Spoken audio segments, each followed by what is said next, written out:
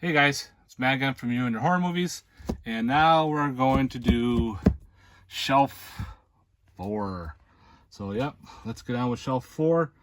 Again, thank you again for watching these videos and liking the videos and commenting.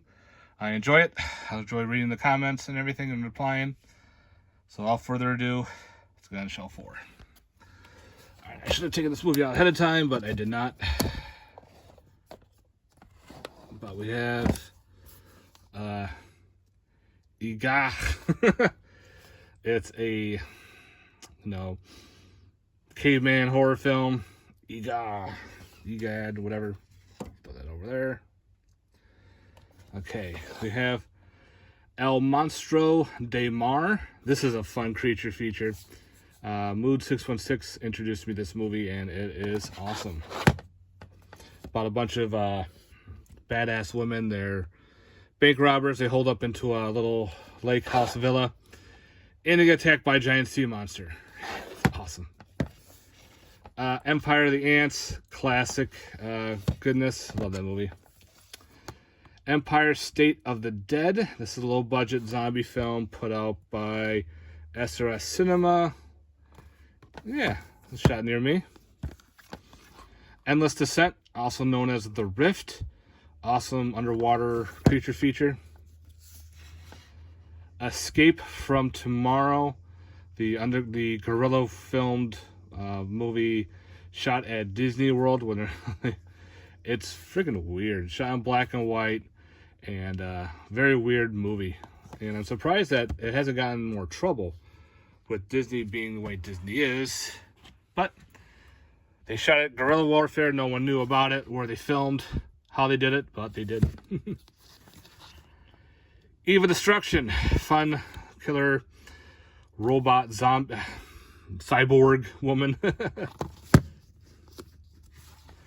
Event Horizon, classic, hell in outer space. The Evil, this was solid. I enjoyed The Evil. Evil Aliens, this is a fun, gory, evil alien mess. So I definitely recommend Evil Aliens. Evil Ed, another classic goodness. About a guy who edits horror films and snuff films and freaking goes nuts. Awesome. Thanks to Arrow for putting that out. The DVD was like way out of print. Mario Bava's The Evil Eye. This is a fun one. Thanks to Kino. Evil Speak, another fun classic for sure. Yeah, Clint Howard plays an awesome character in that. Kind of feel sorry for his character because he gets bullied constantly, and then he has enough, and he summons pretty much the devil to be, get revenge on those who deserve it. In a military school. Exorcism of Emily Rose. This was surprisingly good. I enjoyed this exorcism movie. Iborgs. This is like a weird sci-fi channel movie where these robots have cameras involved. They're all different sizes, and they pretty much keep an eye on the U.S. and they start killing people. And then there's like nowhere to hide because they're these camera robots. The Eyes of My Mother. This is a pretty cool film. Eyes Without a Face, another classic thanks to Criterion. The Faculty, I love The Faculty. Remember seeing that in college in the theaters. Famine, this is the older Famine release put out by Plot Digger Films. This was number 2 right there. Pretty much killer in a school mascot. It got re-released through Unearthed Entertainment, and I might get that one too because I think it has more special features than this does. I think this might be just the basic, but I remember it took me a while to find this release. So I'm definitely keeping that once I upgrade, if I do. Here's the other, The Fan. This is a very interesting film thanks to Mondo Macabro. The Fanatic with John Travolta. And the guy that did Limp Bizkit directed this. Fred Durst. Very weird. Yeah. Father's Day, trauma goodness for sure. Definitely watch that a lot. It's a good movie. Fender Bender, really cool slasher. His weapon is a door handle with a knife on it. And he goes after these people with his car. I actually really enjoyed that slasher. Feral, don't know what, I haven't watched this one yet. I bought it by mistake through one of the Scream Factory sales, like it was cheap. I don't remember ordering it, and I guess I did, because here it is. The Final Days of Planet Earth. Oh, geez, this is the one where the bugs are like dressed up as humans and whatnot, and it's like a conspiracy type deal.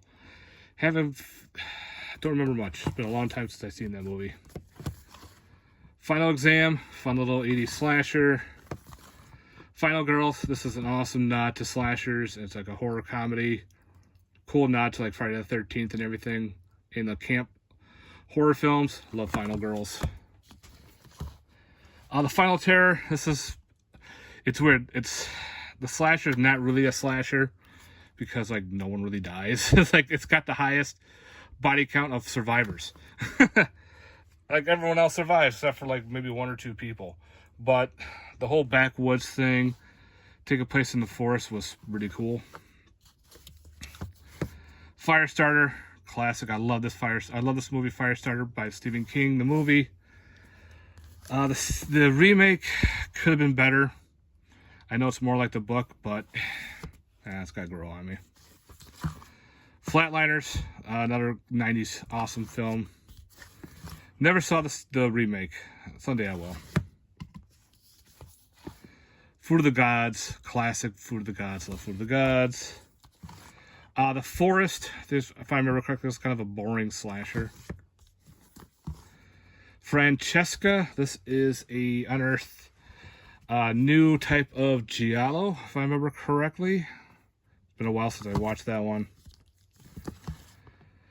Frames of Fear. This one is, I think, another like shot on video slasher type deal, if I remember correctly. Let's see. Frankenhooker. Fun movie. I got to meet Patty Mullen there and James Lorenz. You know, they both play the 2 main characters. Of course, had that signed. What's this one? Oh, Frankenstein Created Bikers. Got this through, I think, an Indiegogo. It's all signed by the cast and crew. Friend request. I thought this was actually really good. Kind of a new age, like technology-based paranormal film. You know, people are all getting killed off through the internet and everything, and how they use the black screen of an internet as a scrying mirror. That was pretty neat. I actually enjoyed how they played that one off, so I definitely recommend Friend Request. Frighteners, classic. Love Frighteners. Michael J. Fox. Frightmare. This is fun. Also known as the Last Horror Host, I think it is, or the Last Horror Show. You know, these horror fans go and steal the body of this horror icon, and they all start getting picked off in dead ways by this supernatural force. Not to play with dead bodies, pretty much. Fright World, another one from SRS Cinema that I need to get around to watching. Looks pretty badass. Frogs, classic. I love Frogs. Cool nature run amok, eco horror type movie. From a Whisper to a Scream, great little anthology thanks to Scream Factory. From Beyond, awesome because I missed the original 4K release of this through Vinegar Syndrome. Well, through their sale, they're releasing it again with a different slip. And of course I jumped on it so I could upgrade this when it gets here. So I can't wait to upgrade that. From Beyond the Grave, another fun little anthology. Don't remember the stories much, but it was a fun anthology. From Hell It Came. Tree Monster, pretty much. Actually a good, weird 50s, I think it was, movie. From the Dark, this is an Irish vampire movie. Really good. I definitely enjoyed this one. Okay. Fun Time. This is a low indie film. Pretty much people are being picked off in the circus. Kind of done, if I remember correctly, like Zombies 31 or those type of movies. So this was his first movie, and yeah, it's got some issues, but it wasn't bad for what it was. Funhouse. Love Funhouse. Can't say anything bad about that one. The Funhouse Massacre was actually surprisingly entertaining. Had Robert Englund in it as well. Killers killing people during the Funhouse. Been done before, but it was fun. Paul Nashley's Fury of a Wolfman. Another fun little Paul Nashley film in his Wolfman films that he's done. He's done a bunch of them. Galaxina and the Crater Lake Monster.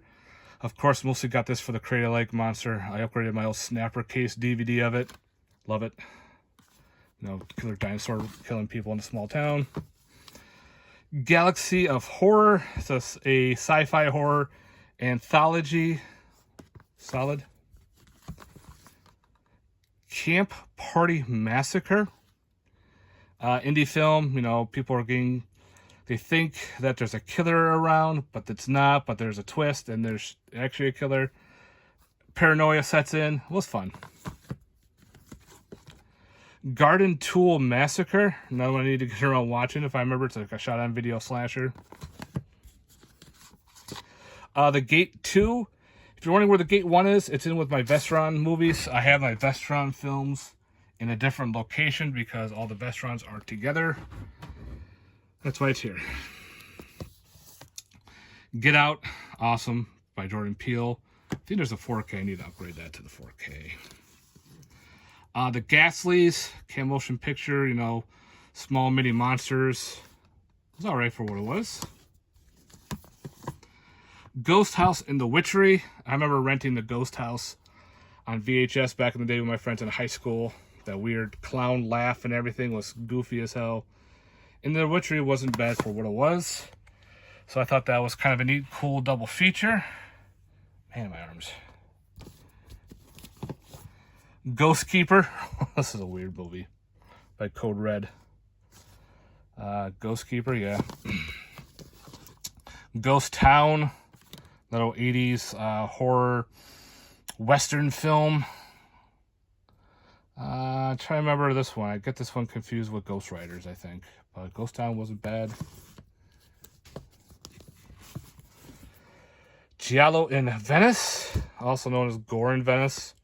Had to get rid of my Gore in Venice Blu-ray because it's the same movie. Just different title. The Gift. This is more like a thriller. This guy's getting this gift from a person that's pretty much tormenting his family. He keeps getting more gifts. They're all getting more twisted. The Giant Spider Invasion. This is cheesy. Put up by Code Red and Dark Force Entertainment. Weird ass, big ass, freaking looking spiders. In like geodes. Yeah. The Girl Number 3. This is another one from Legless Corpse, I think it was. Yeah. I'm trying to remember, I think this was like a bunch of women are captured. There's a killer picking them off. And Girl Number 3 is the third one in the line to die, and she fights back. If I remember correctly. A Girl Walks Home Alone at Night. It's a vampire spaghetti western type movie. Pretty cool. I love the artwork on that. Graduation Day, another 80s slasher. Fun Patroma put this out, and I love the new slipcover that they put out for it. Gravy. This is the killers who are cannibals, and they hold up a bunch of people in a kitchen and whatnot. For it wasn't bad. I actually did not mind Gravy. I can't put that in the way for some reason. The Great Alligator River. This is awesome. High body count.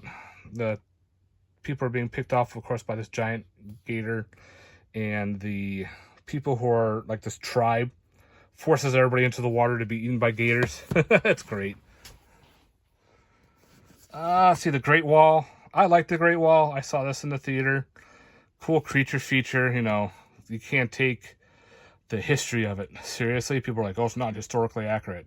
Hello, there are aliens in this movie. They're alien creatures. You can't take it seriously. But it's fun. I like how they did it. The Green Inferno, never really upgraded the Scream Factory edition because, to me, it's the Green Inferno. It's the director's cut. No big whoop.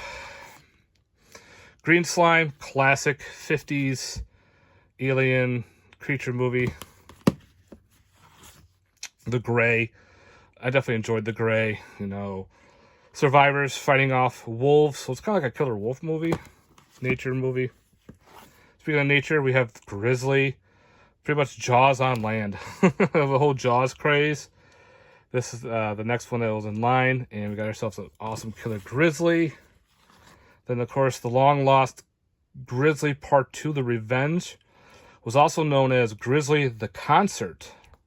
Because it was a concert in the woods that they were supposed to do. And, of course, the Grizzly attacks. And, of course, you got Charlie Sheen, George Clooney, and Laura Dern. Very early roles. They actually had to film more footage to finish this movie.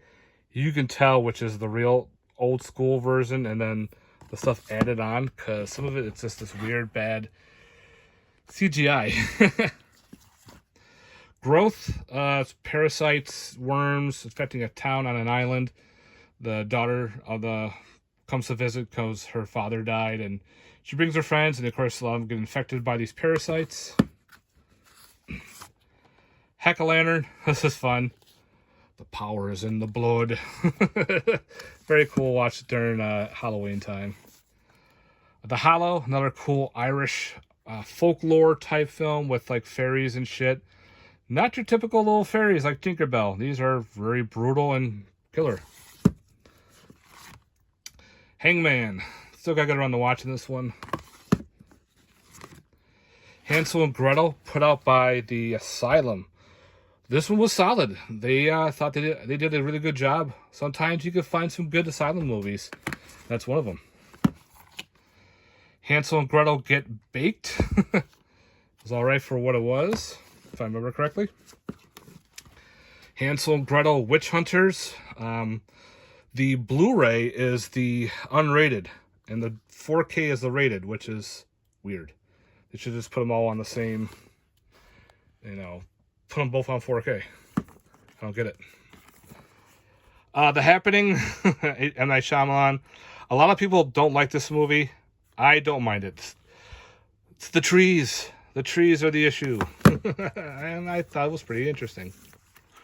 Happy Death Day. This was pretty cool. Happy Death Day to You. The sequel was okay. Kind of weird. Hardware. This is the old Seven release. I never really got the Scorpion, but I had the old Seven. I remember this was on sale for like $5, and I snagged it. It's really hard to find Blu-rays now. And of course, the director had to go through some issues of supposedly beating his wife and everything. So I don't think we'll ever see that getting a 4K or anything, but maybe down the road, I hope. Would be nice. Oh, yeah, hardware. Harpoon, the whale watching massacre. Yeah, people want to whale watch, you know, picked up by these people in this giant boat, and they're killers. There's even a scene where this one dude gets harpooned. Yeah, that's really weird. Lucky shot. Harvest, this was really good. Definitely recommend checking out The Harvest. Then we got Harvest Lake. This is a weird, like, erotic alien creature movie. Very weird. Got LA Church right there. Signed by some of the cast members. That's numbered as well. That's the limited edition. And last, of course, we have the Hatchet movies. Hatchet 1, signed by M. Green. When I met him, I should have brought the rest, but I love Hatchet.